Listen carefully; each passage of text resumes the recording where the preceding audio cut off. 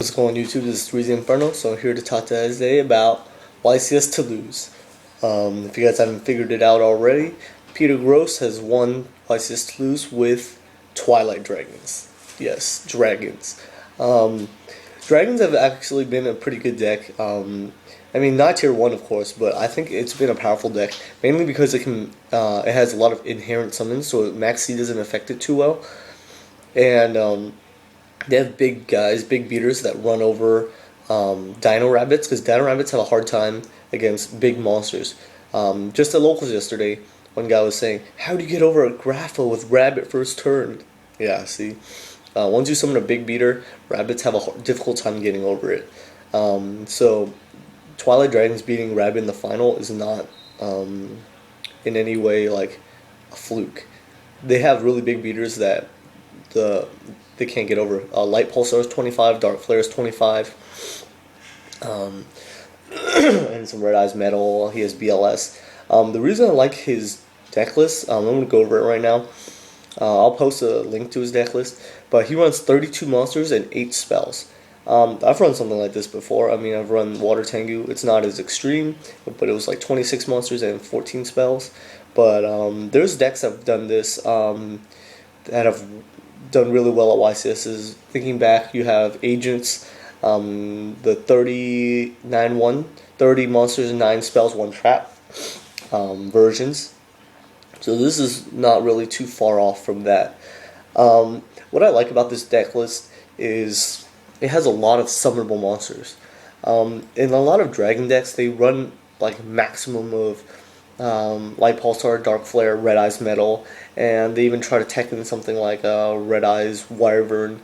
But here, he has, let's see, 3 Lilac, 3 Raikou, 3 Eclipse Wyvern, 3 Thunder King. I like the Thunder King inclusion. Going first, if you can't get out a big Chaos monster, you can Thunder King and stop their a lot of decks like Windups and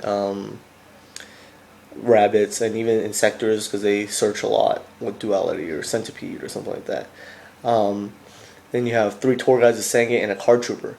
Card Trooper is good. I mean, it's a floater. It mills 3 cards and it replaces itself. If most likely replaces itself if it's sent to the graveyard. So that's really good. And so if you count, there's 3, 6, 9, 12, 15, 16, 17 monsters that he can use first turn. So more than half his monsters he can use first turn, and the other half he can wait on. So it's really important that he has so many monsters that he can summon to the field first turn, because some of the inconsistencies of the deck is that you can't put any monsters on the field. So that's what makes this deck pretty good or different than the other decks I've seen. Because a lot of the other decks, they didn't run 3 Thunder Kings, or some didn't even run Tour Guides and Tsang, because the Dragons are usually more of a budget deck.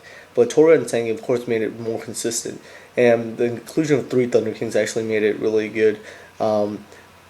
And granted, if you look at it, there are no hand traps in this deck.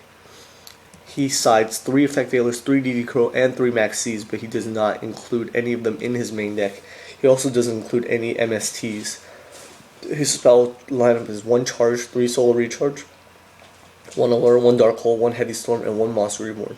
Reason being, I think, for this is because instead of MST blindly hitting something, he would want you to waste 2,000 life points on something like on a Light Pulsar, because the more big beater inherent summons, you don't know how many inherent summons he has.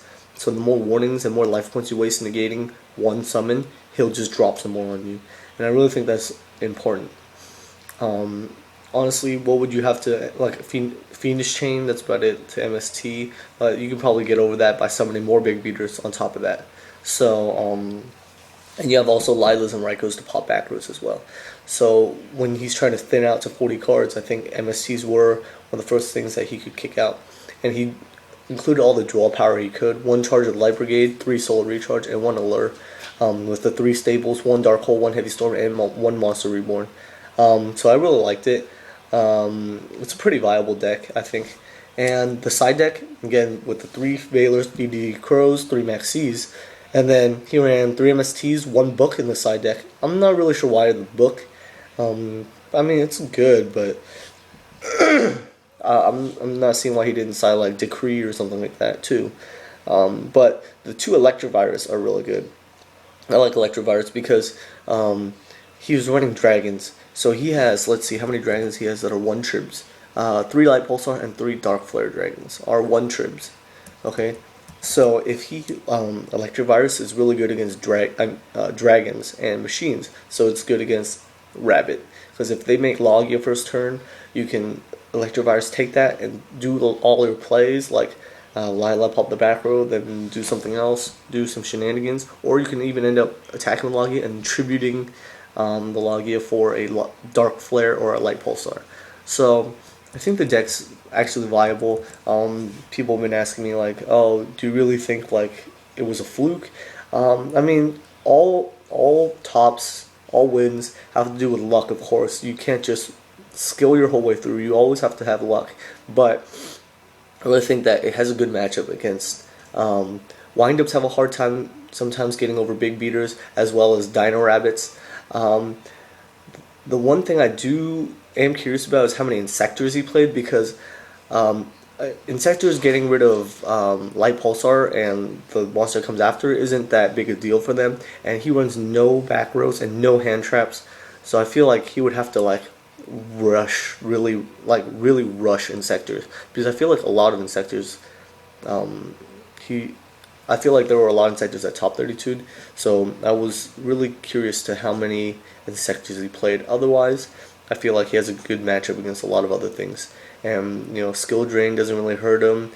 Heroes, I mean, if they super poly, they have the lights of super poly, but they don't really have the darks.